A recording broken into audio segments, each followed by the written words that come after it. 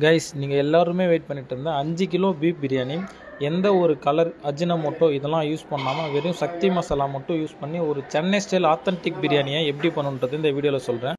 அது மட்டும் இல்லாமல் நீங்கள் எல்லாருமே கேட்ட மாதிரி ஆட் பண்ணுற ஒரு இன்க்ரீடியன்ஸுமே செப்பரேட்டாக வெயிட் போட்டு அதையுமே இந்த வீடியோவில் காட்டுறேன். ஸோ இது ஃபுல் அண்ட் ஃபுல் ஒரு பிகினருக்கு பக்காவான ஒரு யூஸ்ஃபுல்லான ஒரு வீடியோவாக இருக்கும்.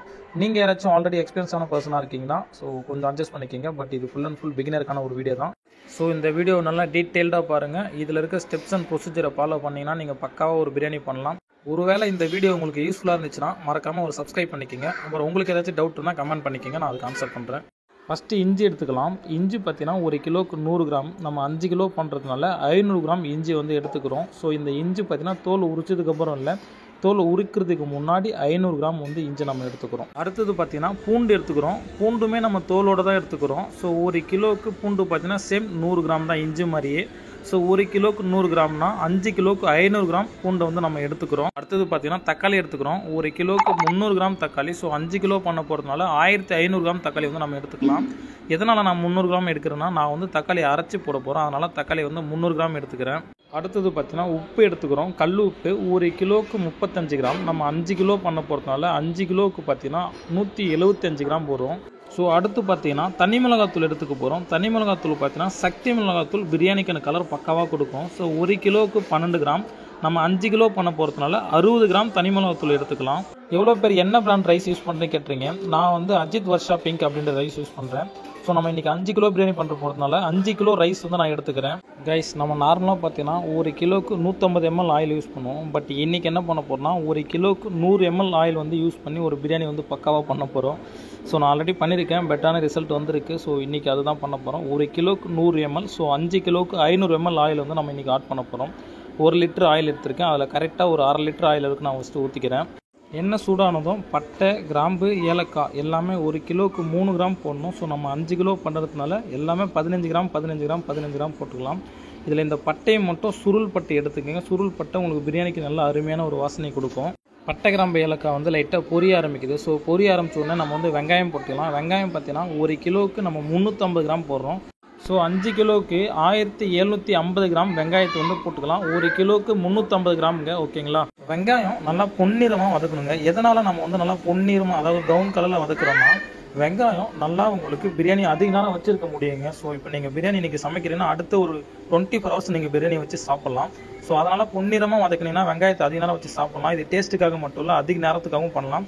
இன்னொன்று வெங்காயம் பொரிஞ்சு தீஞ்சிடுச்சுன்னா உங்களுக்கு பிரியாணி கசக்க ஆரம்பிச்சிடும். ஸோ அது கொஞ்சம் பார்த்துக்குங்க. வெங்காயம் பார்த்தீங்கன்னா லைட்டாக வதங்கிடுச்சு. இப்போ வந்து பச்சை மிளகா 1 கிலோவுக்கு 3 பச்சை மிளகா கணக்கு பண்ணி இந்த ஸ்டேஜில் நம்ம போட்டுக்கலாம். எந்த காரணத்துக்கு கொண்டும் பச்சை மிளகா நல்லா கட் பண்ணி போட்டுறாதீங்க. ஜஸ்ட்டு கீரல் மட்டும் போட்டு தாங்க போடணும். ஏன்னா கட் பண்ணி போட்டிங்கன்னா காரம் அதிகமாகிடும். அடுத்தது மல்லி புதினா போட்டிருக்கேங்க. மல்லி புதினா பார்த்தீங்கன்னா 1 கிலோவுக்கு 1 கையளவு போடுவோம். அதுவே நீங்கள் 2 கிலோ 4 கிலோலாம் பண்ணும்போது 2 கிலோவுக்கு ஒரு கட்டு, சின்ன கட்டு ஒன்று இருக்கும் இல்லையா, அந்த கட்டு எடுத்துக்கணும்.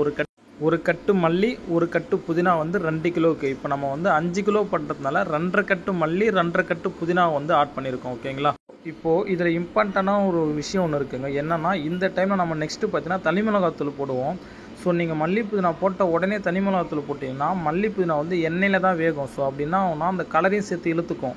அதனால் மல்லி புதினா ஃபஸ்ட்டு நல்லா வதங்கினதுக்கு அப்புறமேட்டு நீங்கள் வந்து தனி மிளகாத்தூள் ஆட் பண்ணும். தனி மிளகாத்தூள் பார்த்தீங்கன்னா நம்ம சக்தி மிளகாத்தூள் யூஸ் பண்ணுறோம். 1 கிலோவுக்கு 12 கிராம். ஸோ இப்போ நம்ம 5 கிலோ பண்ணுறதுனால 60 கிராம் தனி மிளகாத்தூளை வந்து நம்ம ஆல்ரெடி வெயிட் பண்ண வச்சுருந்தோம் இல்லையா.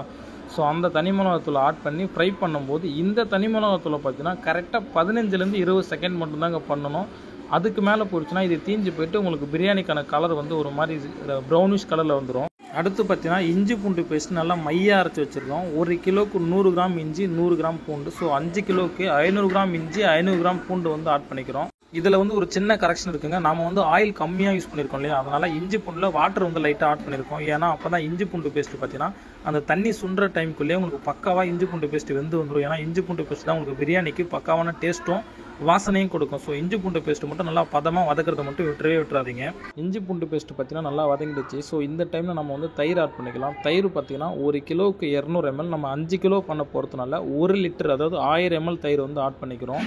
ஸோ தக்காளிக்கு முன்னாடி தயிர் போடுங்க, அதுதான் உங்களுக்கு பிரியாணிக்கு நல்ல ஒரு டேஸ்ட்டு கொடுக்கும். தயிர் பார்த்தீங்கன்னா இந்த வெள்ளை கலரில் திரியாக இல்லாமல் ஃபுல்லாக மசாலாவில் மிக்ஸ் பண்ணிவிட்டு, தக்காளி பார்த்தீங்கன்னா 1 கிலோவுக்கு 300 கிராம். ஸோ 5 கிலோவுக்கு பார்த்தீங்கன்னா 1500 கிராம் தக்காளி வந்து அரைச்சி ஆட் பண்ணிக்கலாங்க. இந்த தக்காளி எதுக்காக நம்ம அரைச்சி போகிறோன்னா, அரைச்சி போட்டிங்கன்னா யாருமே உங்களுக்கு தக்காளி வந்து சைடில் எடுத்து வைக்க மாட்டாங்க. 2வது மசாலா அதிகமாக கிடைக்கும். 3வது பார்த்தீங்கன்னா டேஸ்ட்டுமே நல்லா இருக்குங்க உங்களுக்கு தக்காளி அரைச்சி போகிறதுனால. அடுத்து பார்த்தீங்கன்னா உப்பு ஆட் பண்ணிக்கலாங்க. 1 கிலோவுக்கு 35 கிராமுங்க உப்பு. ஸோ நம்ம வந்து 5 கிலோ பண்ண போகிறதுனால 175 கிராம் போட்டுக்கலாங்க. ஓகேங்களா? அதே டைமில் இந்த உப்பு பார்த்தீங்கன்னா நீங்கள் கறிக்கு முன்னாடி தாங்க போடணும். கறிக்கு அப்புறம் போட்டிட்டிங்கன்னா கறி உள்ளே ஒரு மாதிரி சப்புன்னு இருக்க மாதிரி இருக்கும். இதுவே நீங்கள் மசாலாவில் உப்பு போட்டுட்டிங்கன்னா இந்த மசாலா ஃபுல்லாக கறி கூட ஊறும்போது உங்களுக்கு கறி எடுத்து சாப்பிட்டீங்கன்னா கறி நல்லா புளிப்பு காரம் உப்போடு இருக்கும். ஓகேங்களா கைஸ்? நம்ம வந்து பார்த்தீங்கன்னா ஃப்ரீயாக வந்து பிரியாணி பிஸ்னஸ் ட்ரைனிங் வந்து கொடுத்துட்ருக்கோம். ஸோ உங்களுக்கு யாருக்காச்சும் அந்த ட்ரைனிங் வந்து ஃப்ரீயாக வேணும்னு நினைக்கிறீங்கன்னா மறக்காமல் நம்ம சேனலில் வந்து நம்மளோட கான்டாக்ட் நம்பர் இருக்குது, டிஸ்கிரிப்ஷன்லையுமே கொடுக்குறோம். அப்படி இல்லைனா இன்ஸ்டாகிராமில் ஹட் பிரியாணின்னு சொல்லி சர்ச் பண்ணுங்கள், வரும். ஸோ டிஎம் பண்ணுங்கள். உங்களுக்கான ஃப்ரீ ட்ரைனிங்காக இருக்கட்டும், நீங்கள் வந்து பிஸ்னஸ் பண்ண போகிறீங்க, அது எப்படி சக்ஸஸாக பண்ணணும், அது எல்லாத்தையுமே நான் உங்களுக்கு வந்து இன்ஸ்ட்ரக்ஷன் பண்ணுறேன் அண்ட் கைட் பண்ணுறேன். மறக்காமல் நம்மளோட வீடியோவை வந்து சப்ஸ்கிரைப் பண்ணிக்கோங்க. அடுத்து பார்த்தீங்கன்னா அலசி வச்சிருக்க பீஃப் வந்து ஆட் பண்ணிக்கேன். இந்த கறியில் ஒரு சின்ன டிஃப்ரென்ஸ் இருக்குங்க. என்னன்னா, சிக்கனை பொறுத்த வரைக்கும் எத்தனை கிலோ சமைக்கிறீங்களோ அத்தனை கிலோ கறி போடணும். பட் பீஃபும் மட்டனை பொறுத்த வரைக்கும் நீங்கள் ஒரு 5 கிலோ சமைக்கிறீங்கன்னா 4 கிலோ கறி 4.25 கிலோ கறி போட்டால் போதும். ஸோ நாம் பார்த்தீங்கன்னா இங்கே வந்து 4 கிலோ பீஃப் வந்து போட்டிருக்கோம். மசாலாவில் கறி ஆட் பண்ணதுக்கு அப்புறமேட்டு மினிமமாக ஒரு 10 நிமிஷம் வந்து பார்த்தீங்கன்னா கறியும் மசாலாவும் ஒன்றா வேக வைக்கணுங்க. எதனாலனா இந்த டைமில் நீங்கள் வேக வச்சாதான் உங்களுக்கு பிரியாணி சரியான டேஸ்ட்டு கொடுக்கும். எப்படின்னா டேஸ்ட்டு கொடுக்குன்னு கேட்டிங்கன்னா, இப்போ இது வந்து பீஃப் இல்லைங்களா? ஸோ பீஃபு மட்டன்லாம் பார்த்தீங்கன்னா கொழுப்பு இருக்கும். லைக் இந்த கறியிலேருந்து தண்ணி மாதிரி வரும். அதே மாதிரி பார்த்தீங்கன்னா கொழுப்புலேருந்து எண்ணெய் மாதிரி வரும். அது வந்து மசாலாக்குள்ளே இறங்கும். இந்த மசாலாவில் இருக்க காரம், புளிப்பு, அப்புறம் உப்பு, இது எல்லாம் கறி உள்ளே இறங்கும். ஸோ இதனால தான் ஒரு கறி எடுத்து சாப்பிட்டு பார்த்தீங்கன்னா உங்களுக்கு கறி வந்து நல்லா மசாலாவோடு இருக்க மாதிரி இருக்கும். உள்ளுக்குள்ளே உப்பு இருக்கும், காரம் இருக்கும். நீங்கள் அந்த மசாலா எடுத்து பார்த்தீங்கன்னா கறியோட வாசனை வரும். ஸோ இந்த டைமில் ஒரு 10 நிமிஷம் குறைஞ்சபட்சம் வேக ஓட்டினா உங்களுக்கு பிரியாணிக்கான டேஸ்ட்டு பக்காவாக கிடைக்கும். வாட்ரு பார்த்தீங்கன்னா 1 கிலோவுக்கு 900 ml ஆட் பண்ணலாம். எதனாலனா பீஃப் வந்து அதிக நேரம் வேகும் இல்லையா? ஸோ அந்த டைமில் அந்த மசாலா வந்து சுண்டி திரும்பி உங்களுக்கு 800 ml கணக்குக்கே வந்துடும். ஸோ அதனால் 1 கிலோவுக்கு 900 ml ஊற்றணும் பீஃபுக்கும் மட்டனுக்கும். ஓகேங்களா? தண்ணி 1 கிலோவுக்கு 900 ml சொன்னேன். ஸோ 5 கிலோ பண்ண போகிறதுனால 4.5 லிட்டர் வந்து தண்ணி ஊற்றிக்கிறோம். இதில் ஒரே ஒரு சின்ன கரெக்ஷன் என்னென்னா, நீங்கள் சிக்கன் பிரியாணி பண்ண போகிறீங்கன்னா 800 ml ஊற்றுறலாம். அந்த 800 ml ஒரு 50 ml கம்மி பண்ணி அதில் லெமன் ஆட் பண்ணோம். ஆனால் பீஃப் பிரியாணியை பொறுத்த வரைக்கும் இந்த 900 ml ஊற்றுறீங்களா, இது இல்லாமல் 1 கிலோவுக்கு 50 ml எடுத்து அந்த 50 ml பார்த்தீங்கன்னா நீங்கள் லெமன் வந்து ஆட் பண்ணிக்கிறோம். ஓகேங்களா? லெமன் பார்த்தீங்கன்னா 1 கிலோவுக்கு 1 லெமன் எடுத்துக்கணுங்க. இப்போ நம்ம 5 கிலோ பண்ணுறதுனால பல்காக போகும்போது அந்த அளவில் வந்து 1 லெமன் கம்மி பண்ணி போட்டுக்கணும். ஓகேங்களா? ஸோ 5 கிலோவுக்கு 4 லெமன் வந்து வாட்டரில் வந்து கரைச்சி வச்சு அதை வந்து ஊட்டுறோம். ஏன்னா புளிப்பு வந்து அதிகமாக ஹார்டாகக்கூடாதுன்னு. 2வது அந்த லெமனை நீங்கள் புளியும் போது ரொம்ப ஹார்டாக புளியாதீங்க. ஏன்னா லெமனோட தோலில் பார்த்தீங்கன்னா கசப்பு இருக்கும். அங்கே லெமன் ஆட் பண்ண உடனே இங்கே நம்ம வடிக்கிறதுக்கு வச்சிருந்த தண்ணியில் பார்த்தீங்கன்னா அரிசியை போட்டுக்கலாம். ஸோ இது பார்த்தீங்கன்னா 1 கிலோவுக்கு 2 லிட்டர் வாட்டர் எடுத்துக்கணுங்க. இந்த வாட்டர்லையுமே நீங்கள் 35 கிராம் உப்பு போட்டிங்கனாலே கரெக்டாக இருக்குங்க. ஓகேங்களா? ஸோ ஒரு 10 நிமிஷம் அந்த மாதிரி ஆச்சு, நல்லா கொதிச்சிடுச்சு. ஸோ இந்த டைமில் உப்பு இருக்கான்னு செக் பண்ணிவிட்டு நாம் வந்து இந்த கறி வந்து வெந்திருக்கா இல்லைன்னு பார்த்துக்கலாம். ஆமாங்க, ஏன்னா கறி வந்து இது பீஃப் இல்லைங்களா? பீஃபாக இருந்தாலும் மட்டனாக இருந்தாலும் கறி வெந்திருக்கா இல்லையான்னு நீங்கள் அந்த கறி எடுத்து ஒரு 3 பீஸ் கிட்ட பார்த்தீங்கன்னா பச்சை தண்ணியில் போட்டு உடச்சி பார்க்கணுங்க. அப்படி உடச்சி பார்க்கும்போது கறி வெந்து இருக்குன்னா நீங்கள் அந்த கறியை வந்து அப்படியே வந்து உள்ளே போட்டுட்டு நெக்ஸ்ட்டு ஆஃப் பாயில் பண்ண அரிசியை வந்து ஆட் பண்ணி தம் போட்டுடணும். ஒரு வேளை கறி வேகலைன்னா நீங்கள் என்ன பண்ணணும்னா அந்த கறியோட ஹார்ட்னஸுக்கு ஏற்ற மாதிரி வாட்டரை வந்து ஆட் பண்ணணும். லைக் அந்த கறி வந்து ரொம்ப ஹார்டாக இருக்குன்னா ஒரு 1 லிட்டரோ 1/2 லிட்டரோ அந்த மாதிரி ஆட் பண்ணணும். அதாவது 5 கிலோவுக்கு. இல்லை அந்த கறி லைட்டாக ஹார்டாக இருக்குன்னா ஒரு 1/2 லிட்டரோ 1/4 லிட்டரோ அந்த மாதிரி ஆட் பண்ணணும். இது தாங்க மேட்ரு, வேறு எதுவுமே கிடையாது. ஒரு வேளை கறி ஹார்டாக இருக்கும்போது நீங்கள் இன்னும் கொஞ்சம் நேரம் வேகட்டும்னு சொல்லி விட்டுட்டு தண்ணி ஆட் பண்ணாமல் விட்டுட்டிங்கன்னா பிரியாணிக்கான மசாலா கம்மியாகிடும். எதனாலனா இப்போ இது வந்து நல்லா ஃபுல்லாக சுண்டிடும்.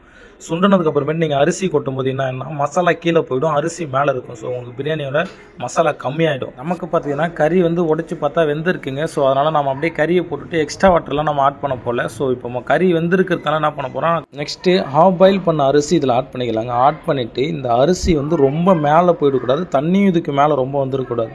ஸோ அதனால் அந்த 900 ml ஊற்றுக்குள்ளே என்ன ஆகும்னா இந்த அரிசிக்கு ஒரு 1/2 இன்ச்சு இல்லை 1/4 இன்ச்சுக்கு தான் கீழே இருக்கும்.